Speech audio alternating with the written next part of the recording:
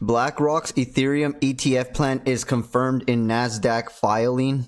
We're going to be talking about this today, and then we will get into the charts. Welcome back, everybody. Thank you guys for being here today. Mr. Larry Fink himself.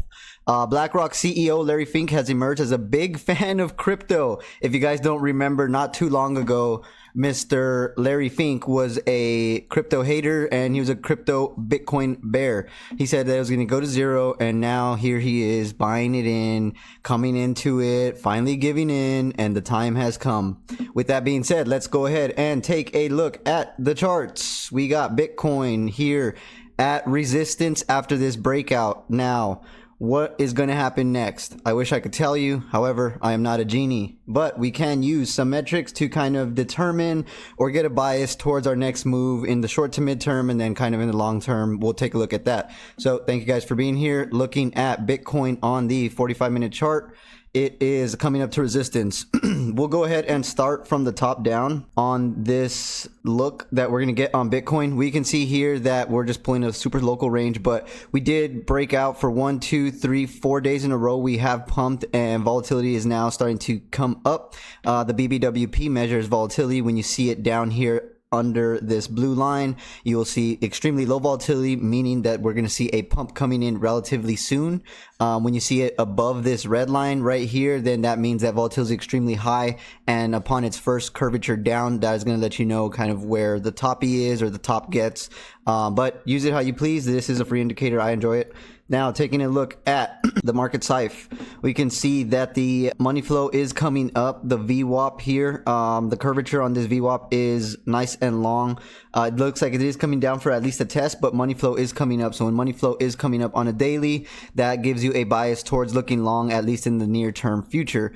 Moving into the 4-hour chart, we can see here that money flow is now slightly coming up, with the VWAP coming up as well, and a green dot printing. Bitcoin, if it is due for a pump, where is our next target going to be? Because there's nothing in sight, as you can see.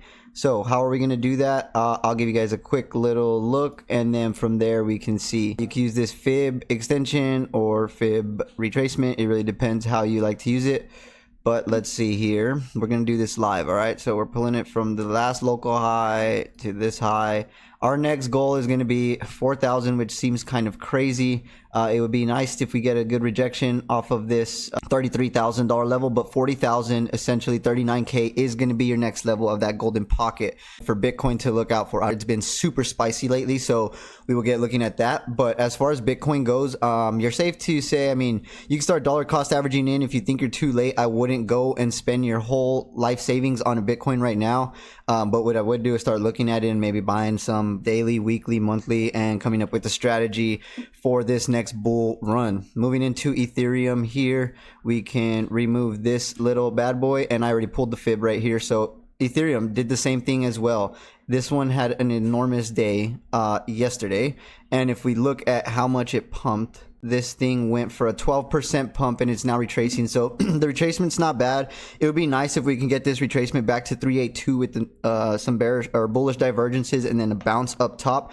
We're going to look into lower time frames. 45-minute is coming up, testing that 786 rejection, where we can see upon this closure in 20 minutes if it's going to close above or below. If it closes above, then I'll be looking for a retest to the top side. If it closes below, then possibly we get this nice visit back to the 382, where it would be a nice entry or a nice spot for you to make a move if you so choose. But with that being said, let's take a last look at BlackRock and their move to ETF. It looks like BlackRock wants to create an ETF that holds Ethereum's Ether, a plan that deepens the world's largest asset manager's commitment to cryptocurrencies. Following this news, ETH's price has surged to the highest level of nearly 2100 and is up about 3% versus the before the filing came out.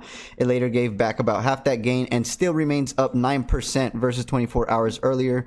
These moves right here, if you can catch them in the day, they can produce some extremely nice gains. So Ethereum is looking good, and it looks like that Bitcoin ETF is already old news. We're going to get that approved eventually. BlackRock is now making their pursuit to get a ETF for Ethereum. And if you guys don't know, or if you guys care, on Fidelity, they actually have it, or I'm sure on a lot of different sites, but I use Fidelity for GBTC and ETHE, which is the grayscale filing right now for the shares of GBTC and ETH. So if you guys want, go ahead and check that out. Again, my name is Zach. None of this is financial advice. Thank you guys for checking in. I'll talk to you next time.